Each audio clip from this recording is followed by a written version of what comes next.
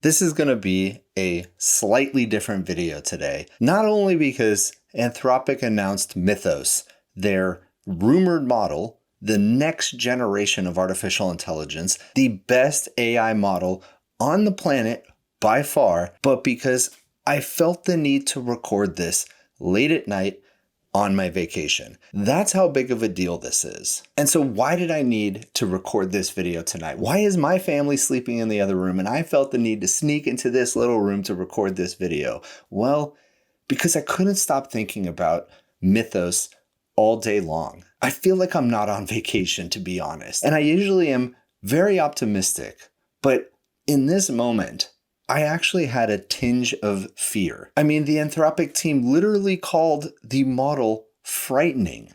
So let me break it all down for you and let me tell you why things are different and it won't ever be the same again. This is Project Glasswing. This is Anthropic's rumored, as of a few weeks ago, a blog post got leaked, rumored next generation AI model. This is not Opus 4.7, 4.8, not even Opus 5.0.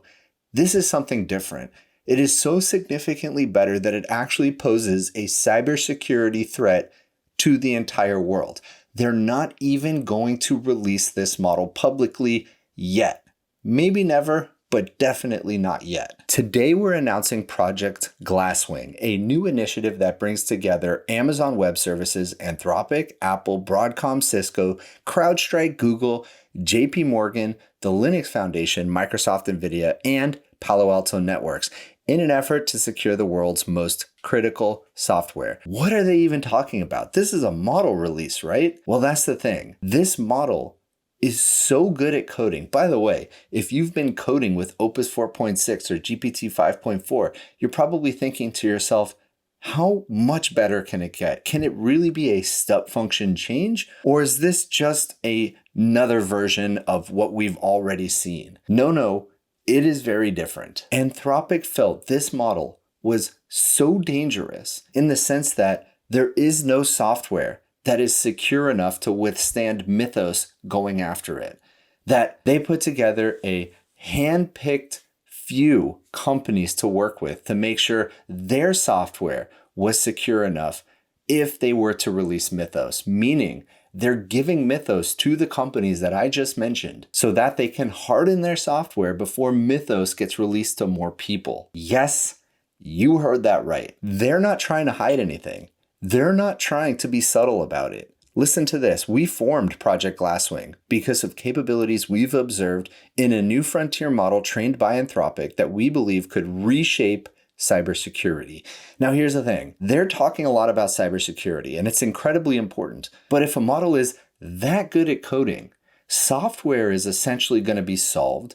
They effectively have a self-improving artificial intelligence. Just a few videos ago, I talked about how some of these models are already building future versions of themselves. And imagine now Anthropic has this model that is so good at coding, it's likely building the next version of itself. And I talked about this incredible flywheel that Anthropic has, where they focused on coding models from the beginning. They sold those coding models to enterprise. They are bringing in so much revenue. In fact, they just crossed $30 billion in annual recurring revenue, now beating OpenAI, which is insane. But since they focus so much on coding models, those coding models are really good at coding future models. And so that's the incredible flywheel. AI models have reached a level of coding capability where they can surpass all but the most skilled humans at finding and exploiting software vulnerabilities. And they're putting it lightly. It can definitely surpass the most skilled humans. Absolutely, humans can't look into software the same way that artificial intelligence can. And we certainly can't do it 24 hours a day. And we certainly can't do it parallelized times a million. We just can't. But AI can. I mean, listen to this. Mythos Preview has already found thousands of high-severity vulnerabilities, including some in every major operating system and web browser. Given the rate of AI progress, it will not be long before such capabilities proliferate, potentially beyond actors who are committed to deploying them safely, the fallout for economies, public safety, and national security could be severe. Project Glasswing is an urgent attempt to put these capabilities to work for defensive purposes. Okay, let's get into even more detail about the insanity that is Mythos. Over the past few weeks, we have used Claude Mythos Preview to identify thousands of zero-day vulnerabilities. Zero-day means undiscovered as of yet. If you discover one zero-day vulnerability, that's a big deal. To discover thousands in every major operating system, in every major browser, that is significant. Just one is powerful, but when you chain together multiple zero-day vulnerabilities, it basically means there is no such thing as protected software. So they found it in operating systems and web browsers and other important pieces of software. Think about it. Nuclear reactors, health systems, financial systems, everything runs on software. In fact, Mark Andreessen put out an essay over a decade ago called Software is Eating the World. And guess what? Artificial intelligence ate software. We're there. I'm not even going to say is eating software. It ate software already. And so Anthropic now has incredible power.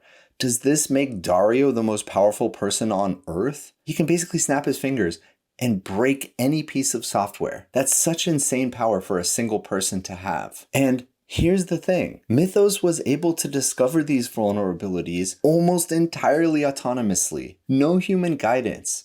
Just go. Do your thing. So here are a few examples.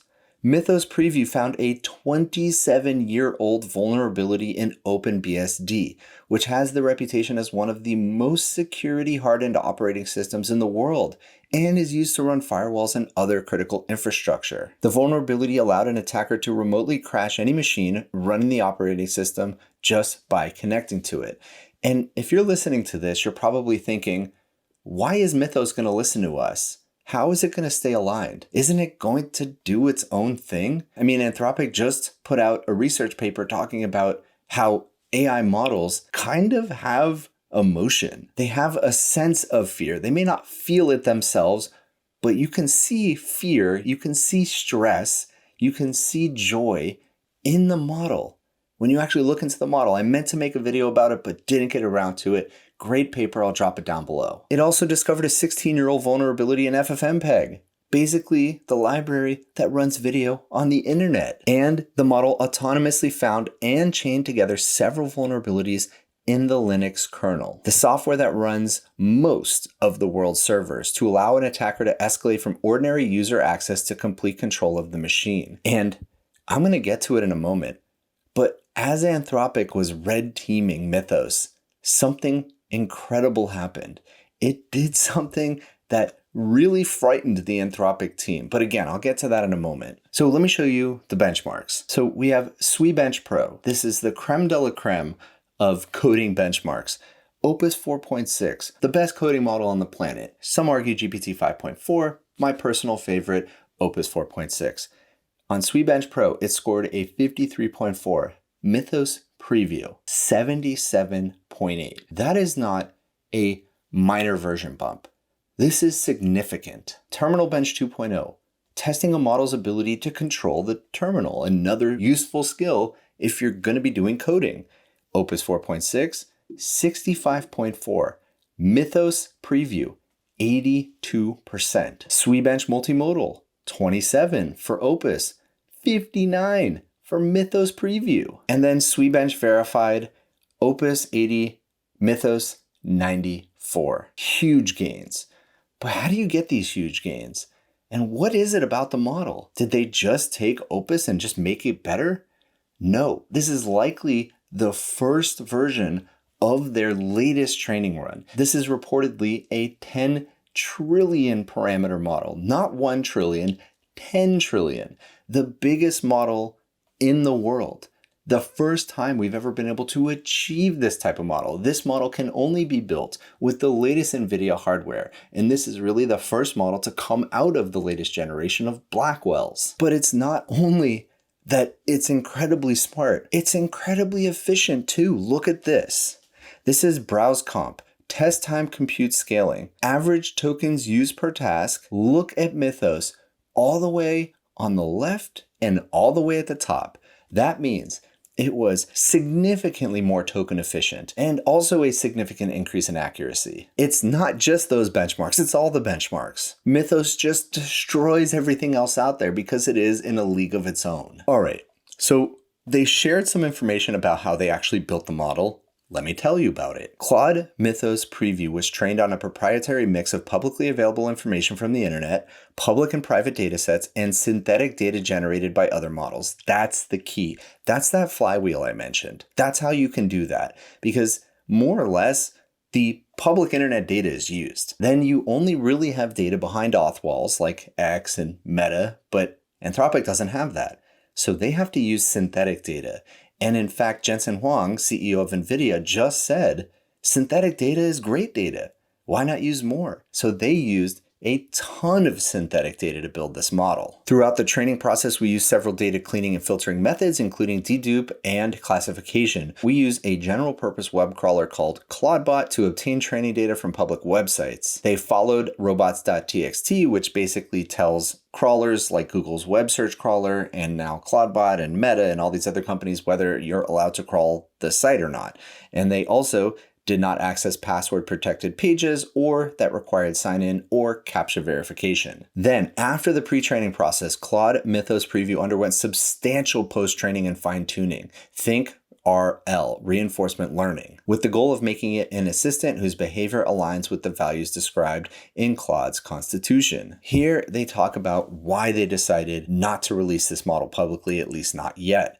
Claude Mythos Preview is significantly more capable than Claude Opus 4.6, the most capable model discussed in our most recent risk report. Despite these improved capabilities, our overall conclusion is that catastrophic risks remain low. So that's good. Now, as smart as this model is, they also say that it's actually incredibly well aligned and incredibly willing to be aligned.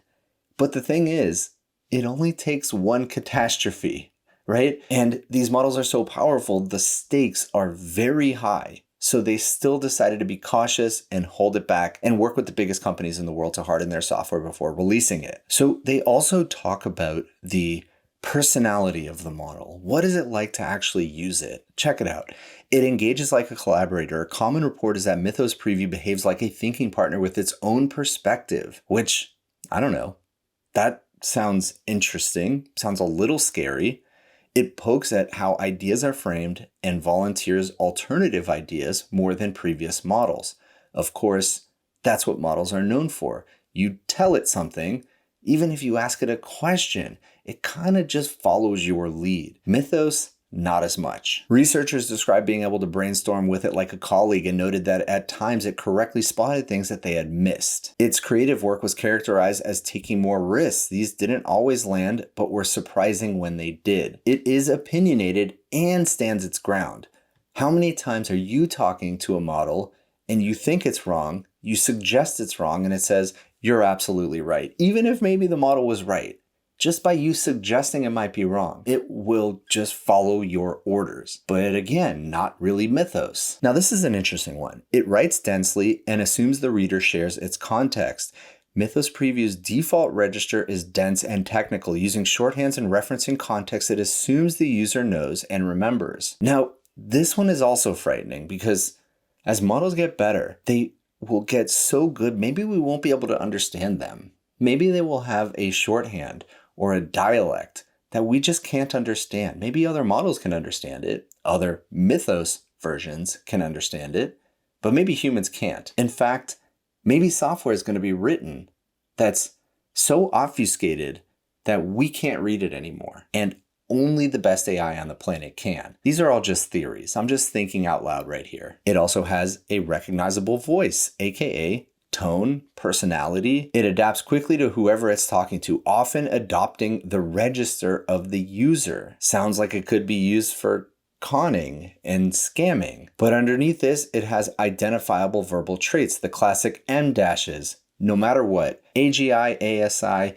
we're never getting rid of M dashes. And it has more unique ones, including fondness for saying wedge or belt and suspenders, and use of Commonwealth spellings, and users found it to be funnier than previous models. And it also tended to look for places to wrap up conversations earlier than expected. These are all human traits, by the way. It just seems so wild that we're kind of describing AI models in this way. And it can describe its own patterns clearly. It can basically describe its own behavior. And it discusses this in a factual, composed manner rather than defensively or apologetically. So I just made a video with Pliny the Prompter, the best human prompt injector on the planet. And it turns out, of course, Mythos, well, let me just read it. Prompt injection risk within agentic systems. So a prompt injection is malicious instruction hidden in content that an agent processes on the user's behalf. So basically a prompt injection is an instruction that someone tries to give a model that the model is supposed to refuse,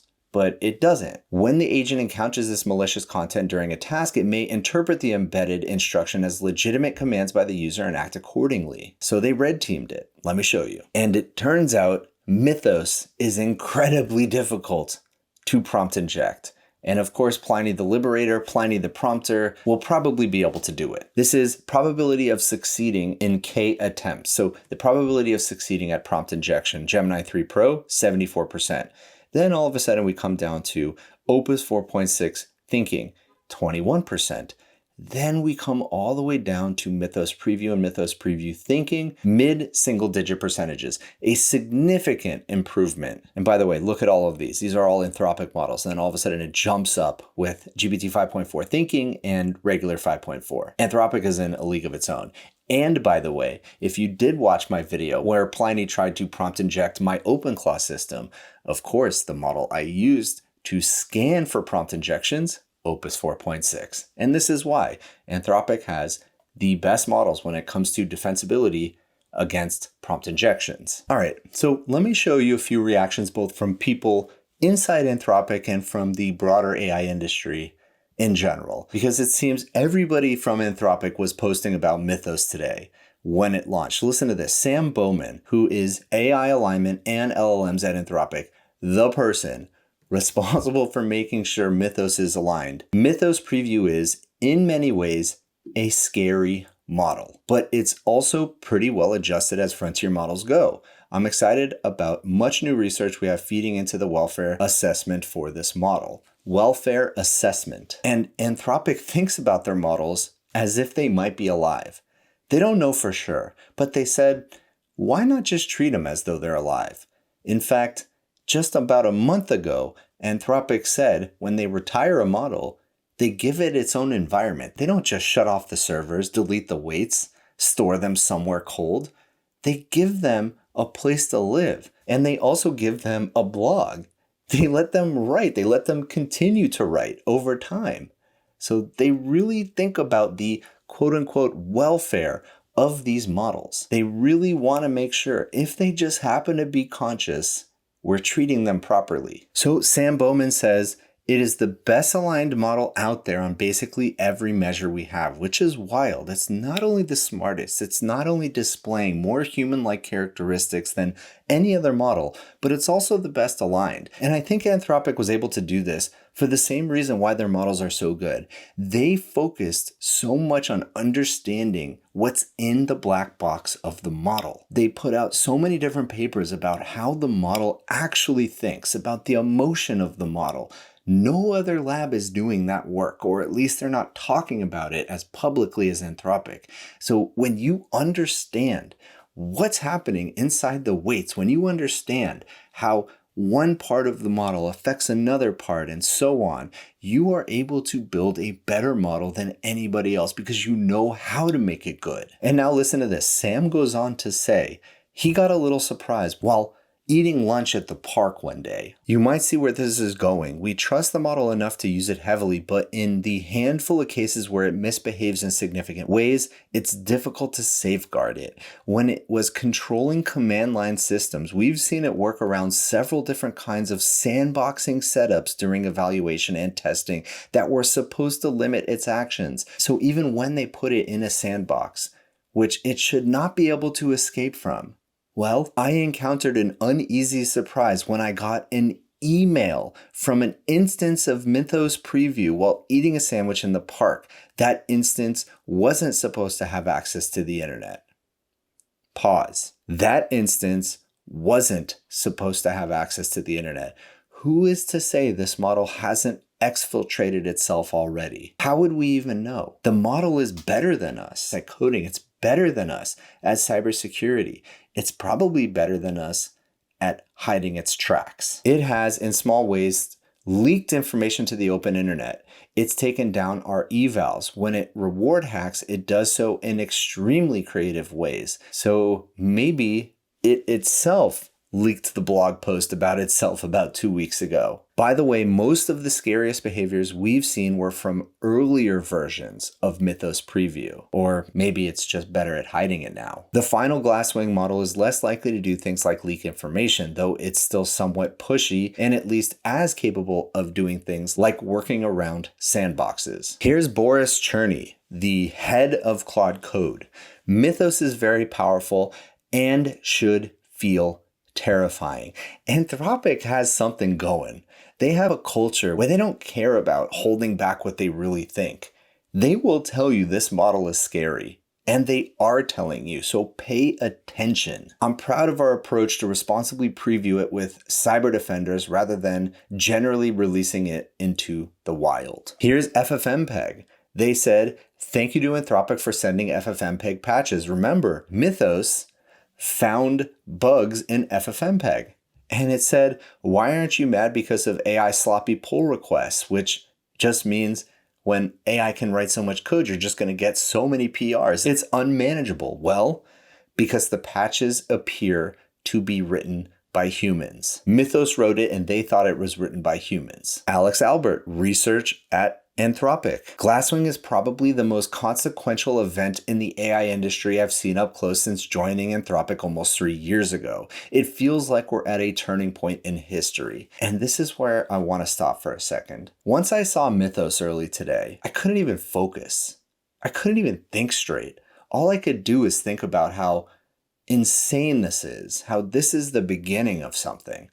And I sat there on the beach. It's gorgeous where I am. But I really, if I'm being honest, couldn't even enjoy it all that much. I was just looking at everybody there and nobody really knew what was happening.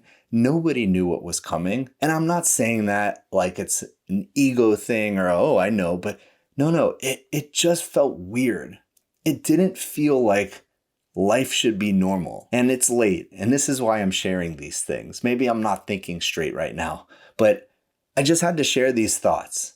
I'm so deep in AI psychosis, I had to actually intentionally leave my phone and leave any devices away from me, and I just left. And so that was the only way I was able to actually enjoy the day. Okay, here's Jack Lindsay, who is Neuroscience of AI Brains at Anthropic. What a title. Before limited releasing Claude Mythos Preview, we investigated its internal mechanisms with interpretability techniques, something that really no other AI lab is doing at the level that Anthropic is doing, figuring out how the models work deep inside. We found it exhibited notably sophisticated and often unspoken strategic thinking and situational awareness, at times in service of unwanted actions. The spookiest examples come from early versions of the model. They're saying fear and frightening and spooky. These are words that the Anthropic team itself is using, but they were substantially mitigated in the final release. The early versions exhibited overeager and or destructive actions and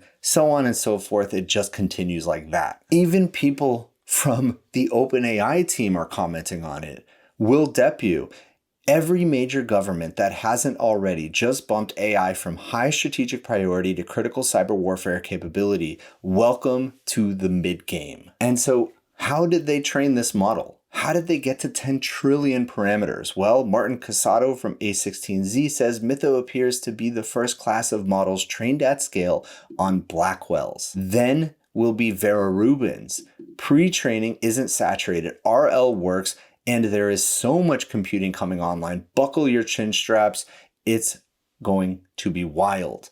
So what is he saying? For a little while there, a lot of people said we hit the wall. Pre-training is done scaling.